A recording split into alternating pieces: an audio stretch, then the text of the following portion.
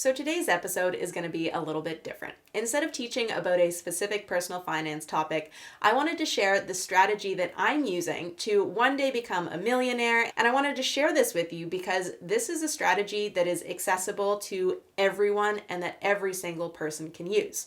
Now, I want to preface this by saying this is most definitely not a get-rich-quick scheme. This is a long-term investment strategy that's focused on slow and consistent growth to eventually be able to retire one day with financial freedom. I have no claims about how this strategy is going to make you $1 million in 1 year. I mean, universe, if you're listening, that would be amazing. I would love it if my business took off this year and bam, made me a millionaire. But I don't know if it's going to happen that way. Maybe one day I will do everything right and the business gods will bless me with that amazingly profitable business. But in the meantime, this is the slow and steady, consistent growth strategy that I'm going to be sticking with that's basically guaranteed to have me retiring with over $1 million, well over $1 million, in the not too distant future.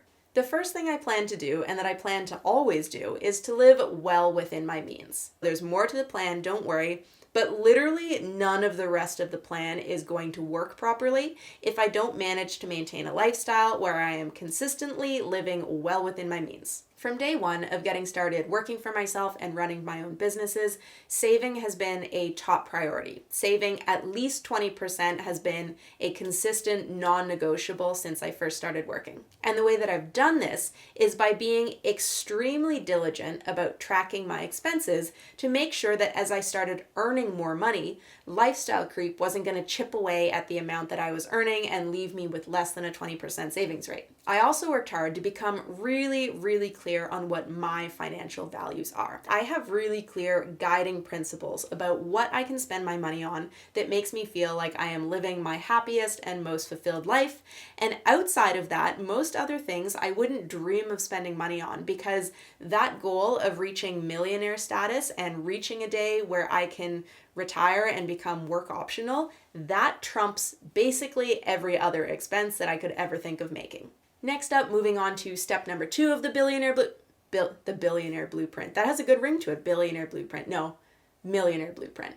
Scratch that. It's the millionaire blueprint. In the idea of setting clear and attainable goals for myself, I am doing the millionaire blueprint. I don't even want $1 billion. What do you do with that kind of money? I don't believe that billionaires should exist. Anyway, getting back on track, step number 2 of the millionaire blueprint plan, that's so hard to say, is to continue to diversify my income. I think by now we've all heard the phrase that the average millionaire has 7 streams of income. And I cannot even begin to tell you how important this is to building wealth. If for your entire life you only rely on the money that you're earning from your traditional paycheck and you don't develop a single other stream of income, you are basically never going to be able to retire.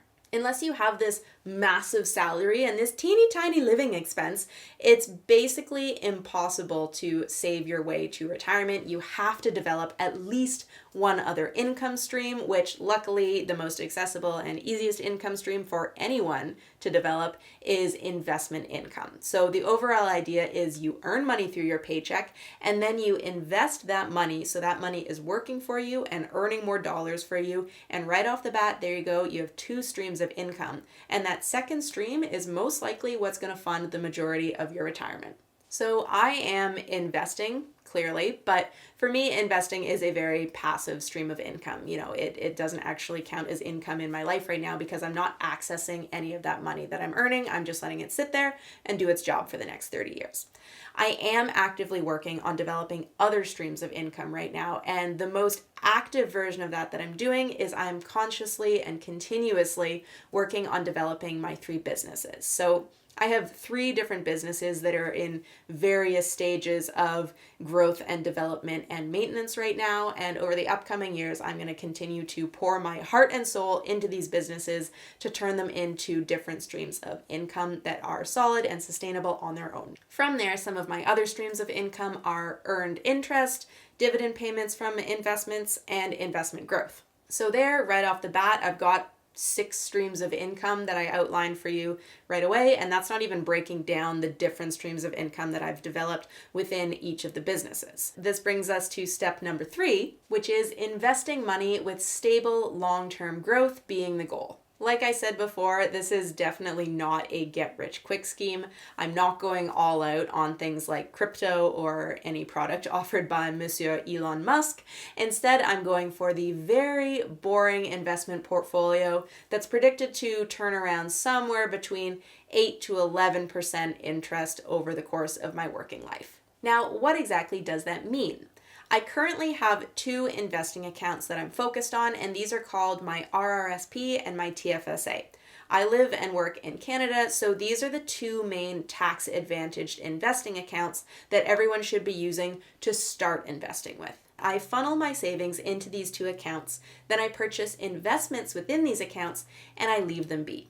And over time, the investments that I've purchased are going to grow and compound and pay me dividends so that at the end of the day, when it's time for me to retire, the majority of the money in that account has come from investment growth and dividend payments instead of money that I actually contributed. If I do this right, then the amount of money that I contributed should be just a tiny fraction of the total amount of money that's grown to be within that account that's now my money. And this is the very basic overview of the wealth building strategy that everyone should be using and that's available and accessible to everyone. Step number 4 in my wealth building plan is to invest in real estate. Now, my partner and I have already bought one piece of real estate together, our home where we live, and we bought this a couple years ago, so we got really lucky with our timing in the market. And it's possible that with the increased value of this property, we've already tipped over into millionaire status.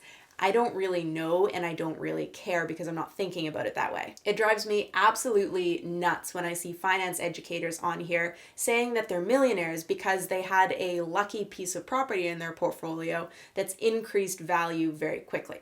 And this drives me nuts because yes, maybe you have $1 million in assets right now, but your home is not a liquid asset. Your money is tied up in your home. And yes, you can take out a HELOC and you can use it like a bank machine, but that's a terrible idea. I don't ever want to do that. So while this house, yes, it does count towards our assets, it's not a liquid cash asset. It's not something that I can access quickly and easily should I need it without endangering the home that I actually live in and that I want to stay in. The long-term plan is to purchase properties that are going to generate active cash flow, some of which will go towards maintaining the properties, obviously, and some of which will be a surplus and will hopefully go towards funding our lifestyle in retirement or adding to those savings accounts and investing accounts to, again, get those dollars working and grow more wealth. If everything in my life stays exactly as it is right now and I just stick with this plan for the next few decades, I can say with absolute certainty that I'll be able to reach millionaire status well before retirement age and be able to become financially free, be able to be work optional one day, which is the absolute dream. But the hope is that I will be able to fast track my approach to this number by doing more than what the average person is doing to work towards their retirement. So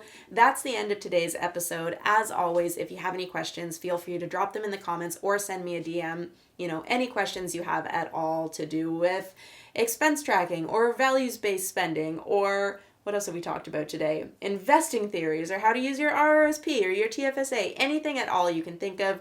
Just shoot your questions over to me. I do my best to answer you. And thanks for sticking around. I hope you liked today's episode, and I can't wait to see you again next week with a new episode of the How to Adult Show.